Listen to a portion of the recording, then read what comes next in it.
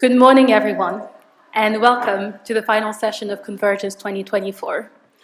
My name is Iman Marie-Louise Simodumgong, and I'm a first-year PhD student at the moment at the University College London. I was blessed and honored to have Dr. Maria Ubiali as my Director of Studies during my undergraduate in the University of Cambridge at Newnham College. My first years were moments of pure passion, happiness for learning mathematics, and building long-lasting friendships in the maths community. But these years were also the first moments of adversity and uncertainty in my young adult life. During the pandemic, the compounded grief for family members and a close friend of mine pushed me to confront the harsh, painful, and personal realities for individuals in their well-being.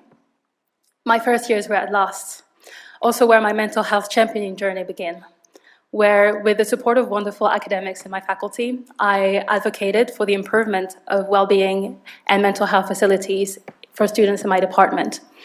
I continue to voice this cause post-pandemic today, and thank you to Maria, because now I also speak before you as the chairing panelist for this final session.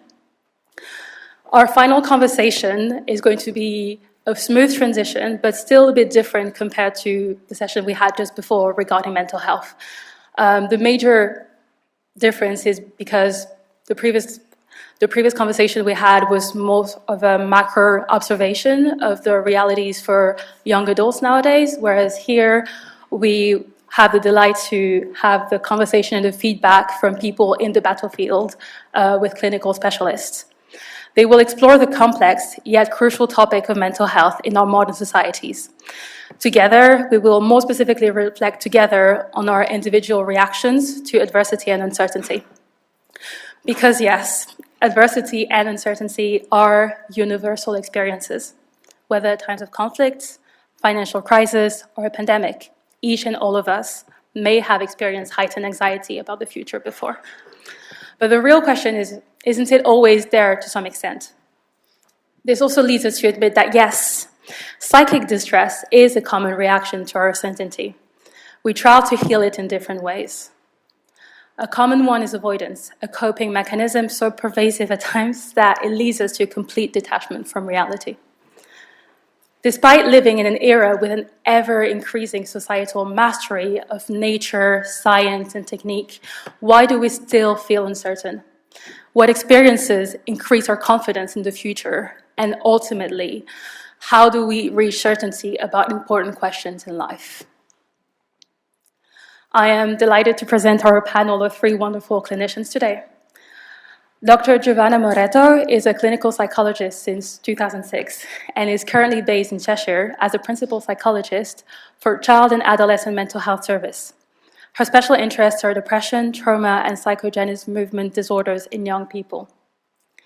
Dr. Martin O'Sullivan is a consultant child and adolescent psychiatrist since 1999, now based in Dublin as a hospital-based pediatric liaison psychiatrist. His team deals every year with a large number of crisis episodes of care. Lastly, but not least, Giselle Medonsa has been a child and adolescent psychoanalytic psychotherapist since 2006. She's now based in Oxford, and she works with the charity organization OXPIP, meaning Oxford Parent Infant Project, and in her private practice. So now we will begin our conversation with the panel. So Dr. O'Sullivan, Martin, you work with an acute care setting in a pediatric hospital in Dublin, and I was wondering, what can you tell us about trends that you're seeing nowadays? Thanks very much, and lovely to be here. It's been a fantastic weekend, really a weekend of many surprising conversations. I'm really grateful to the Convergence organizers and to the experience that we've shared over the last few months, getting to know one another and having a memorable weekend in Chester, which was important in terms of meeting each other and sharing our experiences. And it's a really experienced panel in terms of working with children and young people at the coalface, in state services in two countries. The presentation quality has been really great this weekend. I was really struck with the AI presentation yesterday on the piano. And last night, after a couple of coffees, I was thinking, how can we better that? And I looked around and I thought, well, there are 3 women on the panel, and women are generally good dancers, I find. So I was thinking about a kind of a dance fusion. So I found myself reading about the Bikutsu dance from Cameroon and the Lisho dance from Romania. And then everybody knows the samba already from Brazil. But anyway, thankfully, sense prevailed, and we're not doing that. So no Irish jigs this morning. So there's no doubt that a key take-home message, as if you didn't know it already, was that we are living in a societal crisis that is enormous. I'm really grateful to speak after the previous speakers where, the education crisis is evident. Well, it's exactly the same in mental health care. We're dealing with an explosion in case numbers, something that accelerated during COVID, but it's a trend that's been there all my clinical life, more or less. So that's a clinical life that started as a consultant in London, then Dublin, New Zealand, and back to Dublin again. But that trend is undeniable, it's progressive, and the numbers are really dramatic. The hospital that I work in Dublin has a very busy emergency department for children. It's one of the busiest in Europe. I don't quite know why, but it is. And we've seen a tenfold increase in mental health presentations of young people in crisis, requiring same-day assessment. Tenfold, think about that, over the last 15 years. So it's a huge crisis.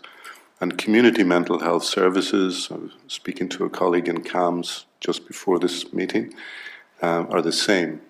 In the community, CAMS is under siege. Disability services are really struggling as well. So these trends are undeniable. And there's a huge awareness now of neurodiversity. And there's a phenomenon of self-diagnosis where people are coming forward as children, young people, and adults and saying, I've got autism, I've got ADHD, help me. So, so that's the situation that we're in. Can you have any idea of what may have been the causes of this increase of mental health presentations that you've mentioned? Yeah, that's a great question, and it's one that has so many factors to it. I think the factors that are most important are the ones to do with cohesion, community cohesion, family cohesion. I think those factors trump everything else. But there are lots of other factors. The mobility of society is a strength and a weakness. I meet a lot of families in Dublin who are new Irish families that just arrived in Ireland, and then they have children, and they find it really difficult if, for whatever reason, the parenting starts to become difficult. They find it very difficult because they don't have a network. They just don't have people who can help them. So the mobility is an issue. Of course, it's a gift, but it's also an issue in terms of people not having a network around them. Media in our faces 24/7 is a huge issue.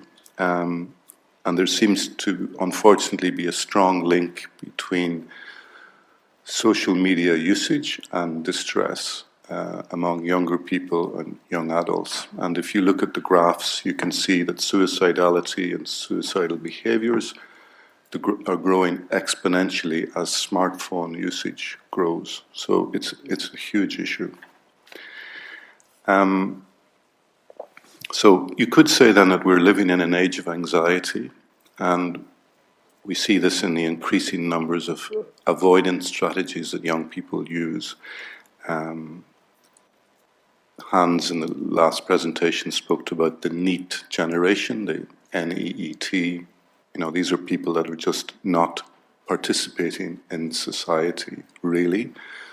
They're just hanging out at home. And increasing numbers of young people are in that category. And then we've got a clear sense of existential uncertainty. And this comes through clinically in meetings with young people. Repeatedly, young people tell me, what's the point? What's the point of going to school if there's ultimately an oblivion waiting? It's incredible that philosophical sense of life is filtering down to children and impacting on their decisions to go to school. And you see that clinically. It's quite remarkable. So my sense is that what's happening with our young people is linked to what is happening with their personal development and community functioning, and that our young people do not have a strong enough sense of their own unrepeatable personal destiny. So, indeed, with the challenges and the struggles, the difficulty that you've seen these young patients suffer with, is there anything in the mental health facilities that you as a clinician have observed being useful for them? Yes. First of all, I just want to say that those of us who work in neuroscience and in the mental health services and research, first of all, we need to have a much greater humility than we actually appear to have. In this technological era, the kind of key opinion leaders in neuroscience and mental health research tend to say, we've got this, we've got a plan, but there's no evidence that they do. Absolutely no evidence that they have a plan that's working or that can work. And I think that, when you think about life, you can be confident the smartphone that you have in your pocket, you can be pretty confident that that smartphone will be better in 10 years' time. Or the bus that transported me from Heathrow to Oxford will be better in 10 years' time. You cannot at all be confident that mental health in young people in our community will be better in 10 years. Did I say 10 months, 10 years' time? You cannot be confident about that. You have no reason to be confident about it. So first of all, we need a lot more humility, I think. Clinically, I think that we need to help people to be truly present, to be present in their lives. And if we help people to be more present in their lives, I think that leads people almost inexorably to a sense of a presence in life, a presence which is recognized by all our great traditions and recognized in our Western tradition as being a loving presence. And that understanding of reality then prepares our life to become a place of encounter. An encounter is something that we've experienced this weekend, where we experience others as brothers and sisters. So in the work, we must try to accompany the patient or client, initially working through the very difficult trauma and the knotted difficulties that have led them to the service, that have led to the crisis. And then over time, the client, patient begins to trust the process and the therapist or doctor, and the focus then shifts more to the here and now, and to the beauty that's kind of lying hidden in plain sight in the life of the client, and that needs to be discovered anew. So finally, in this part, I just want to say that because I work a lot with crisis patients, I'm really interested in how a personal sense of calm really is critical to that transaction between me and the patient and me and the family. But I'm interested in how that's communicated in our meetings, and how the quality and importance of the gaze between the therapist and the patient or client is pretty critical as to how the therapy goes and how ultimately how hope is transmitted. Because a lot of the people that we meet are hopeless about their lives. So how do we transmit hope? Because very often I think we do that with words, but also wordlessly as well. Thanks. Thank you very much, Martin. And I think it's very interesting how, especially when you were mentioning the practice of building trust with the patient and the verbal and non-verbal communication you establish with them. You are basically conveying a sense of safe space for the patient to feel more comfortable and more at peace to work on themselves. And this seems to come as a good way to transition to the general sense of security that we may need probably to confront our uncertainty in life. In general, we tend to associate certainty to whether physical, financial, emotional security, or just in general fixed, deterministic life purposes. And I was just wondering do they summarize altogether what we truly need in life, or are we just putting our conviction for certainty in the wrong place?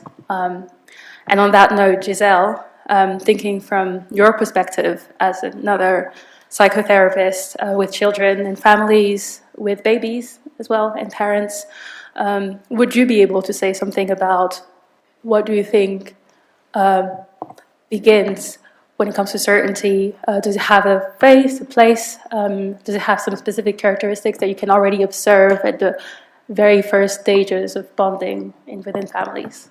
Mm-hmm. Yes, thank you so much for allowing us to be here, because as Iman herself put at the beginning, it feels to us, workers in the mental health field, and I'm sure the health workers too would corroborate what I'm going to say, is that it feels as if we are in a battlefield and we are the frontliners, we are frontline soldiers. I myself worked for 15 years for the NHS within the same service that my friend Giovanna works, which is the Child and Adolescent Mental Health Service, and it became impossible to work for them. I'm a psychotherapist. I was trained to do psychotherapy with my patients, and it was becoming impossible to sit with our patients and offer them a space for them to think, for them to start formulating what's going on, what is wrong. So I had to leave. So I went into the private sector. So I started working privately, thinking that my life was going to become a little bit easier. And then in 2 years, possibly, I was working 30 hours face to face a week. So 30 hours, not including the admin work, like writing letters, writing sessions, extra supervision, etc., etc. So I said, there is something really, really wrong going on. And more recently, a few years ago, I decided just to continue with specialization. So I decided to go into parent and infant work. So I work for a charity called OXPIP, as Iman said at the beginning, and we offer psychotherapeutic work for moms and dads from pregnancy up to the age of 2. So our cut age is 2. It is a very rewarding work, but it's also becoming almost impossible to work because we have a huge waiting list. And OXPIP is a charity, not really backed by the government. We rely on funds from, good hearts and people that are interested, people with money, obviously, that are interested in investing in this field. So it's a hard place to be in. If you think that psychotherapy, psychology, psychiatry is status, We are not well paid to do this work. But just trying to answer Iman's question about this security, physical, financial, emotional, life purposes. We know very well that physical, financial security, life achievements are not synonyms of having certainty in life. We all know that. Should having any of these can help a little bit, make life a little bit more comfortable? Yeah, maybe. But my professional experience makes it clear that emotional security is the closest one to offer certainty. But where does certainty come from? What is it? Where is it coming from? So I invite you to reflect on it in the context of relationships. We only achieve certainty through another. There's no other way. Certainty only flourishes in the context of relationship. Certainty starts to be formed at the very beginning of life. So I want to show you just this picture here.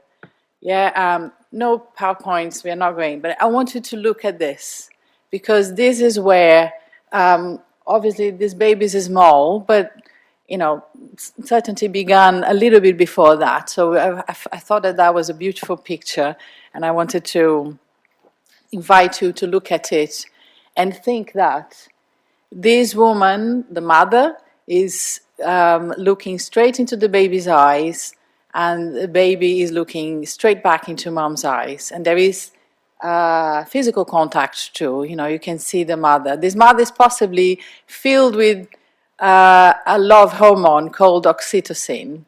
Yeah, and this is it. This is where certainty starts. Yeah, in the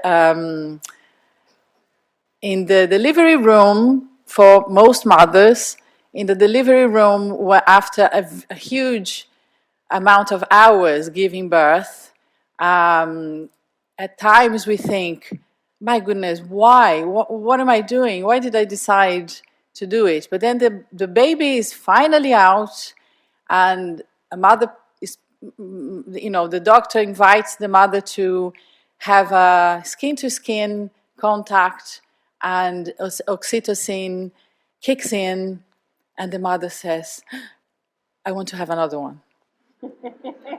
So this is what how powerful oxytocin is.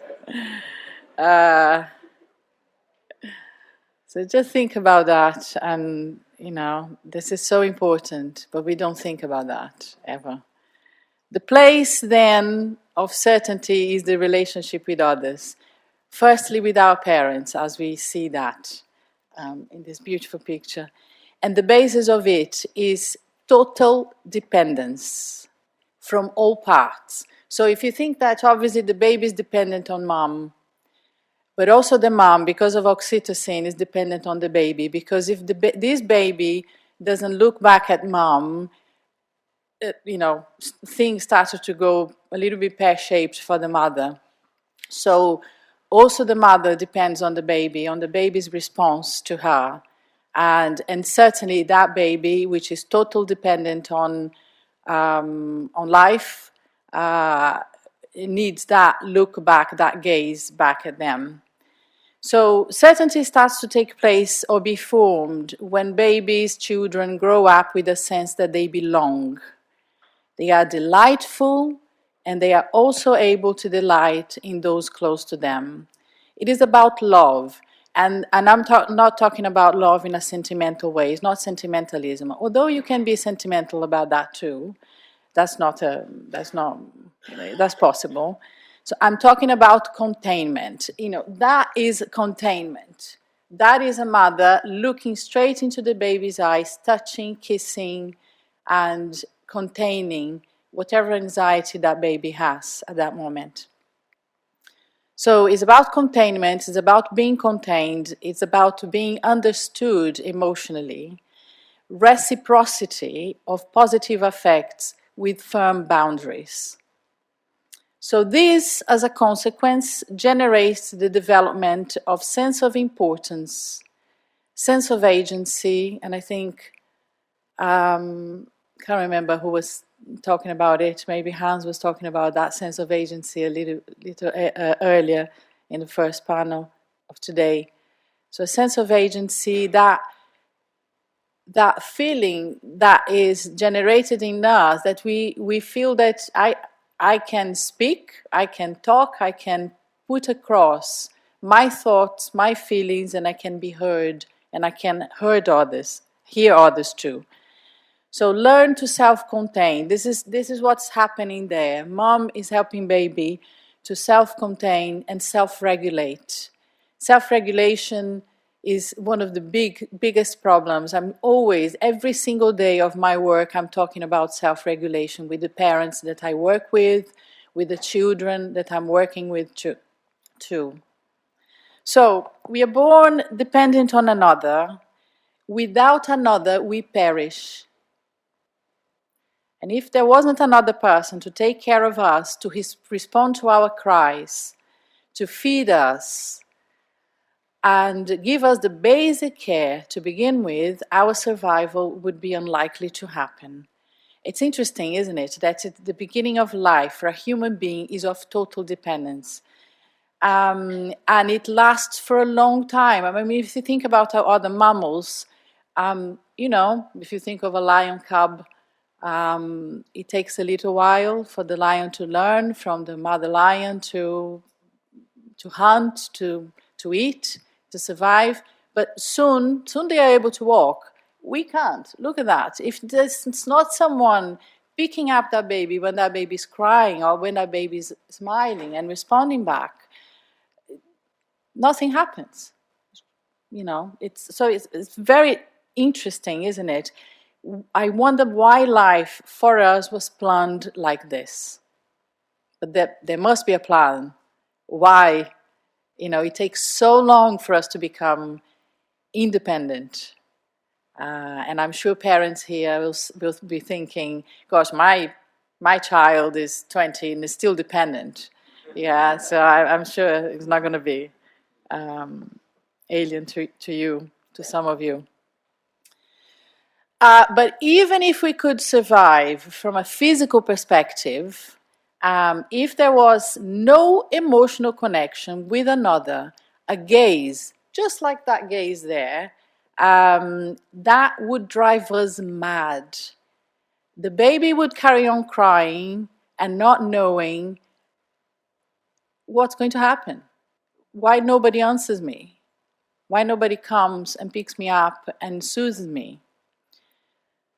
So it would make us psychologically impaired. And you know very well that it has made children mad. I mean, when you just need to think about the orphans in orphanages like Romania, Russia, and in so many other parts of the world too, some children became mad because there was no connection available for them. So without another, basically, we cannot acquire certainty.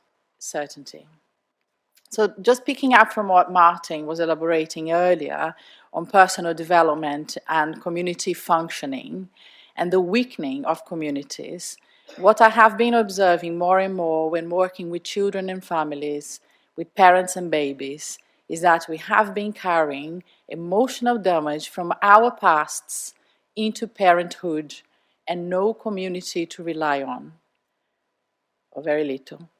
Working closely with parents and their infants and children have showed me how we go into parenthood with huge emotional baggage, with traumatic past experiences, and very naively and unconsciously thinking that those experiences will not be reawakened when we become parents.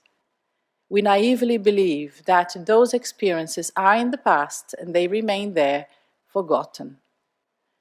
We are more aware now, due to neuroscience and attachment theory, that what happens in the first 2 years of life have positive and negative lifelong implications in the development of children, in their ability to form healthy relationships and manage their emotions. So I want to finish with this thought. So parents who can sensitively respond to their baby, help them to form positive and secure attachment to others. These babies will grow and will take it into life, into their personal life, forming strong bonds with others and also with their offsprings. So I like to think of it like inheritance. So if it is like an inheritance and it's going to someone, it means that it also came from someone. And you know that we got it from our parents, who got from their parents, who got from their parents, and so on, through past generations, all the way back to a mysterious beginning where everything started. I'll leave it there. Really, thank you so much, Giselle. And I really appreciated how, essentially, from what you're saying, no matter our paths or how different we are, the common ground to all of this is very much the nature of the relationships that we get in, how we're born, we develop in it, how we're all fundamentally codependent to one another. It is pretty fascinating. We are vulnerable, basically, but essentially the only way for us to really experience certainty, as the picture is showing, is if we do get a secure and stable relationship in the first place. But going back to a bit of what you said regarding the distress and the trauma that is often conveyed to the generations, I was wondering, Giovanna, what happens then when these major bonds, these key relationships, say with parents, all the sources of certainty you're supposed to be nurtured with, what happens when it's been abused, been maltreated, it's been neglected? How does a child becoming adult afterwards manage to build some certainty for themselves when they have been betrayed in the past and they have never been able to receive the protection they were supposed to receive, or the support or the guidance? How do you think therapy in that aspect can actually recover this in any way? Thank you, Iman, and thank you everybody for being here, and particularly to my colleagues, but more than anything, my friends in this battle. They let me to deal with the more painful, less smiling question, because here I have to talk a proper mental illness. And this is a very painful question, because yes, we are dependency, we are vulnerable, always, doesn't matter if we are young or adult, and there is no worse crime to use and abuse this vulnerability, and it's a crime. And I'm sorry, and yeah, it would be painful, sorry, my reply would be painful. There's no other way. I am in a battlefield, I don't have a slide, I don't have data. I just have pain every single day. So if it's too painful, close your ear. Use avoidance. That's fine, perfectly fine. The abuse, all sorts of abuse, I don't want to go in detail, it generates trauma. That means something got broken in you. And what is broken is the unity of the person. This mysterious unity that we have, that neuroscience, psychology, neurologists tell you, there is a unity between our body, our memory, our thoughts and feelings, our action, agency, capability. You can put everything together. But when there is a trauma, that unity, that beautiful picture is completely broken, disintegrated, and nothing makes sense. Your body doesn't make sense. Your thoughts do not make sense. Your feeling, nothing inside you makes sense. Worse, nothing outside you makes sense. Can you imagine how you can feel like that? Fear, the terror is how you feel. Something happened that destroyed this unity. Something bad is carry on happening because nothing makes sense. Something is going to keep hurting you. The reality is bad. Ultimately, I am bad. And this is a very lonely, a very desperate place that I encounter every day, when there is no good in me, in the reality around me, where I am alone, scared, stuck, hopeless, and the people around me are stuck, are hopeless, and worse, they are the enemy. Maybe they are the perpetrator. Can you imagine that in this place? How can you ask help? There is no hope. This is trauma.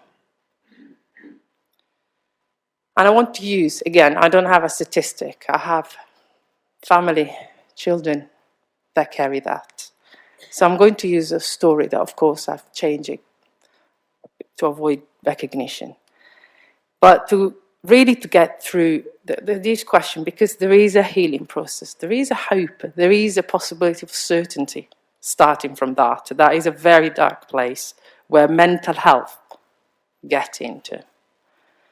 Recently, I met a very, very clever and bright young person. She arrived in the service with a very scary list of experiences that she was telling. She was defining my pleasures. And we are talking taking drugs, getting into fight, vandalism, inappropriate sexual behavior, not being in school, no sense of authority at all, even cruelty to animals. And she used to say to me, "Oh, but these actually make me feel well, so they must be good. Why shall I stop it?"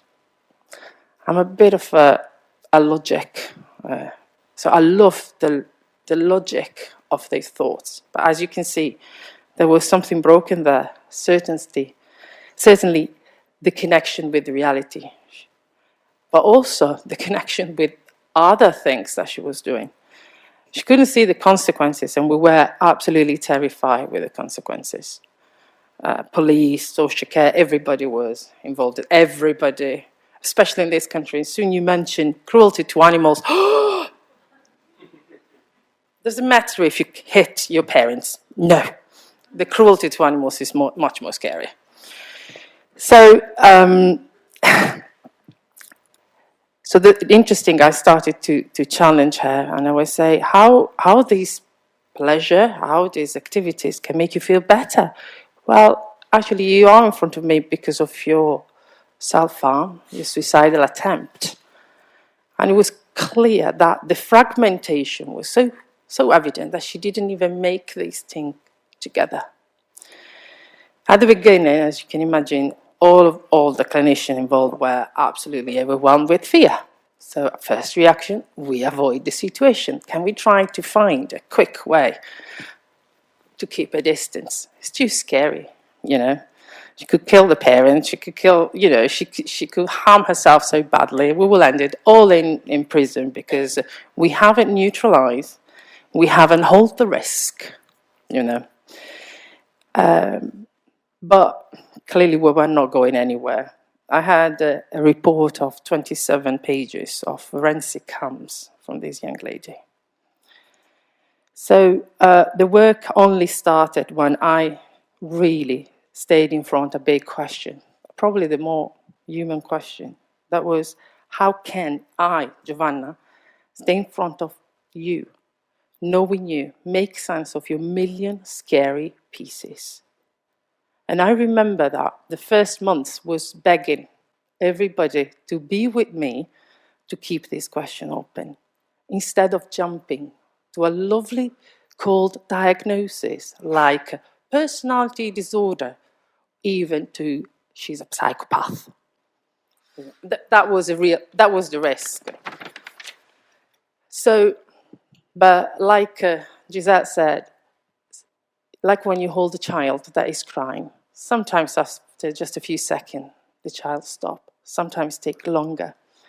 So one day, a very unexpected day, like the rare sunny day in England, she came to me saying, "Gio, I have to tell you something.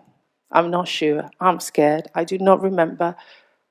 But," and as you can probably imagine, a horrible sexual abuse perpetrated for years by her relatives came out. The memory was absolutely fragmented. The pain was unbearable. Another question, another possibility for me. Again, I can take my distance. I can put my hat as a psychologist and use all kind of techniques that we have and that are useful, certainly not to hold the pain. So there was another question: how can be a company to you in this pain? This was every day the question, my hope. Removing the pain, sorting out the memory, that is what the brain tried to do it. Without much success. It's an extreme reaction that the brain put in place, with the result that we have a full range of symptoms putting together a condition called post-traumatic stress disorder. In the meantime, she was testing me numerous times to show me how bad she was, how indeed she deserved to be so bad, you know. And I have to spend millions of hours to do forms like risk assessment, risk review, risk planning, to make everybody helpful. Don't get me wrong, helpful things, but not the real work. Thinking about what we said before, that we do a lot of work without doing the real work. Slowly, even in this very difficult situation, I don't know how. That's why I would say that certainty was given to me, simply that there were no evil in her that could take away the good that was in her. Really, I don't know. I mean, I could find millions of reasons to run away, but there was one clear reason, that there was something good there that I needed to preserve. Sometimes it was very hard to see that good. With the time, her time, not my time, not the NHS time, the need of a company, the need of a relationship in her life slowly came out. I mean, we are talking someone that for years has to scream her independency at the point to arrive to a sort of omnipotence, that the only way to protect herself, to leave it was shutting every door, maltreating people, and be alone. But the nature of her dependency was still there. The first discovery, and again, she has the gift to be very bright, was the dependency to reality. For someone that wasn't in school for years, for someone that didn't have no respect for authority, suddenly learning about the brain, the trauma, the memory, how that trauma affected her own memory, became fascinated. She was coming back with questions. She was coming back at this session asking me, such a difficult and clever question. The second discovery, probably the hardest, was that she wasn't alone. And when I gently tried to look at the scary pieces of her memory, of her body, she said, Gio, I'm full of fear. And I have to say, I never saw, for someone that knows, such a level of dissociation. She was just freezing. And the amount of time that I needed to invent something to bring her back was incredible. But I remember she said, Gio, I'm scared. But maybe I can try because I'm not alone. I was scared. But I was never alone. Never. So what I wanted was really just to be with that pain. No with the illusion to remove that pain, but simply to carry that pain with her. And again, I was never alone.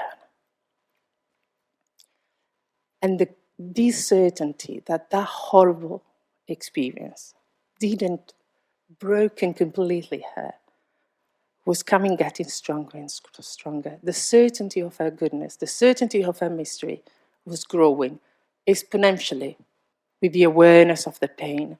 That was amazing. We're not forgetting the pain. We're not sorting out the pain. So she was not screaming her independency. She was not fighting anymore. She started to cry. The day that she started to cry, oh gosh, and she was asking to forgive, to be forgiven, and to be consoled. And actually, I was exactly the same. This is exactly the same things that I needed. And this was the real company, you know. That was the real relationship, the real possibility to change and to stay in front of a presence that is over us, that is more than us. So, yes, therapy is a beautiful place and it's a healing place, but you don't need to be mentally ill to have the same experience. Because I think we are all made for this relationship, for this presence, you know. And for someone, this presence, as Martin said before, has a capital P. That is a presence that does not betray us, that does not use us, that is not scandalized by our limits. A presence that keeps the door open. And we can be that presence in the life of a person, you know, for 12 hours during therapy, for the rest of your life if you are a parent, for a teacher, you know. So we need and we can be that presence that can constantly try to love you at the point of sacrifice. I mean, I know plenty of parents, adoptive parents, that spend their life holding that pain. So, because ultimately, what we are called and what the therapy must be is, and the only reason why after 15 years in camps, I'm still in camps, I'm not running away, but simply because it's still strong, this idea that there is a beauty, there is a good, there is a mystery in me first, and in the young people that I meet. I cannot let anybody to stamp with a label like a diagnosis. This is not a person. Sorry, I know that made you very sad, so you can cheer up now.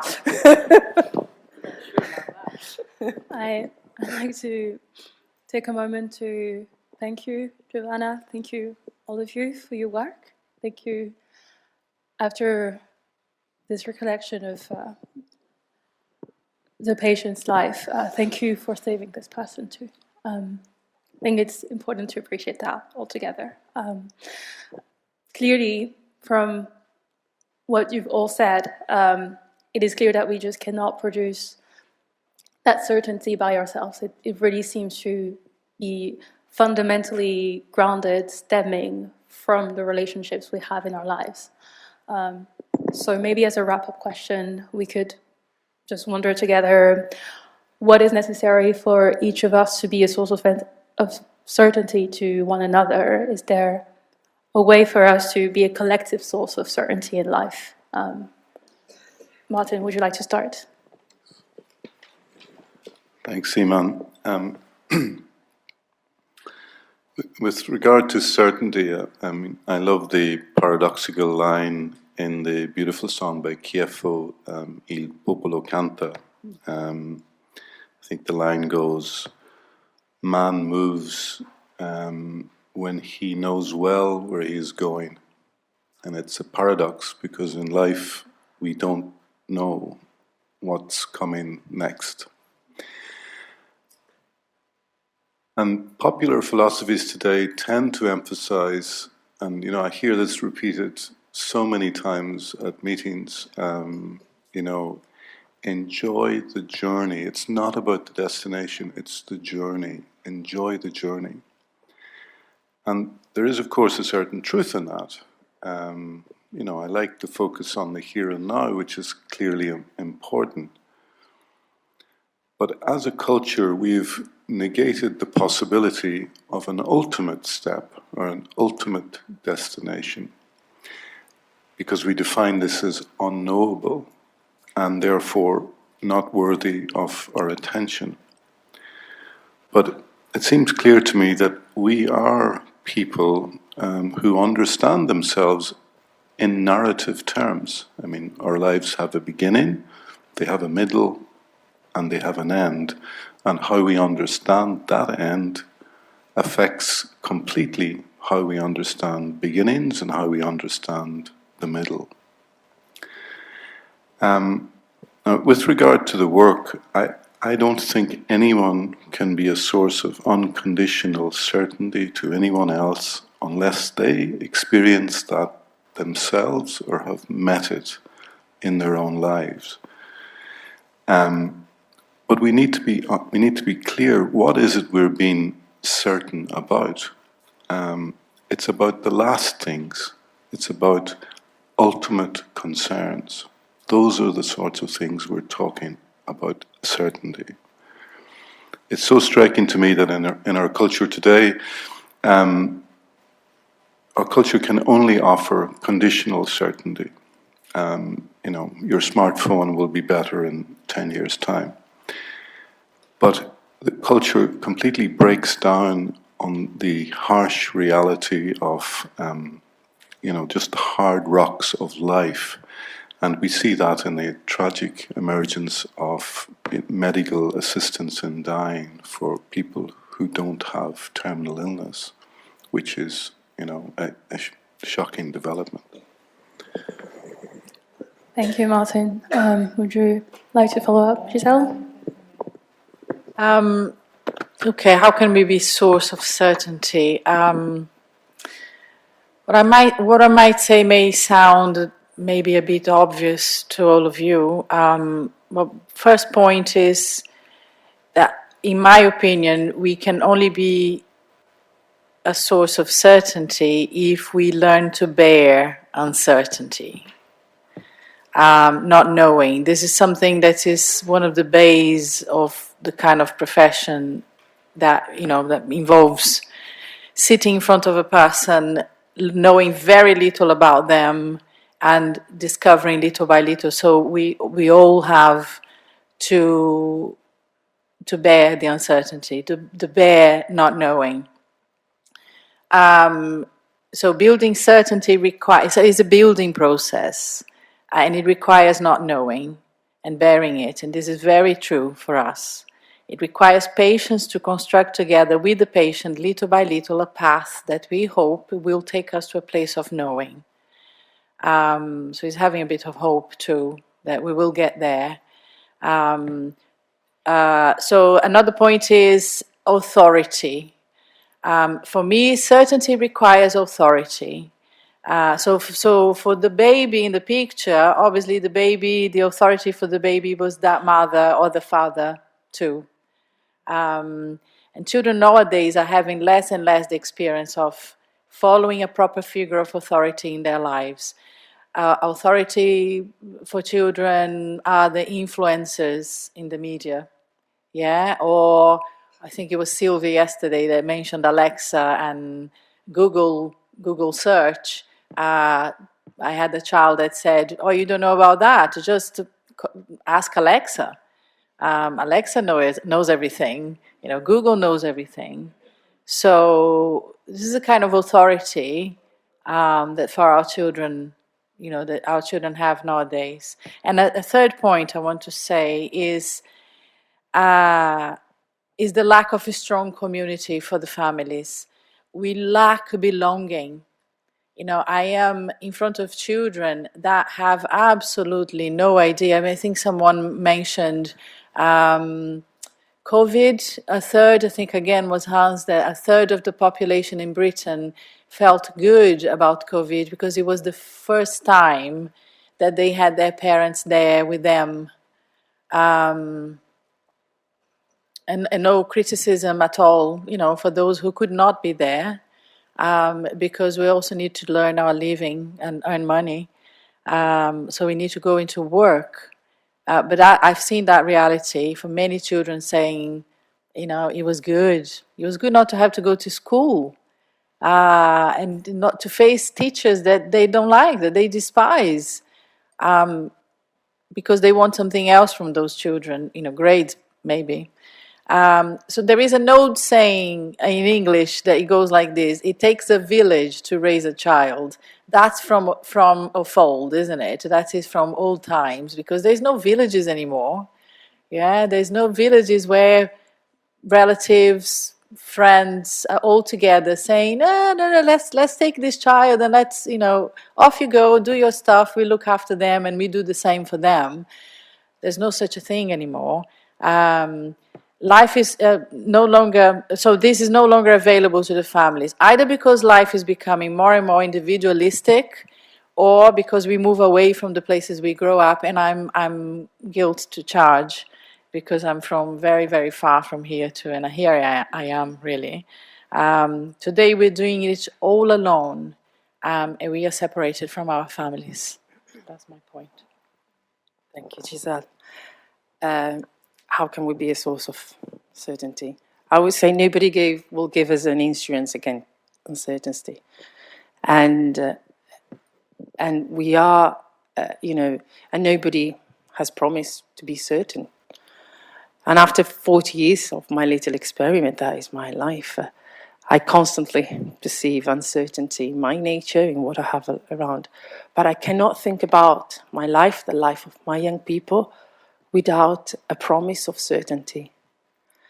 I don't have a strategy to increase certainty. And please stay away to all the papers, all the journals that give you a recipe to be more certain, because it's a big lie.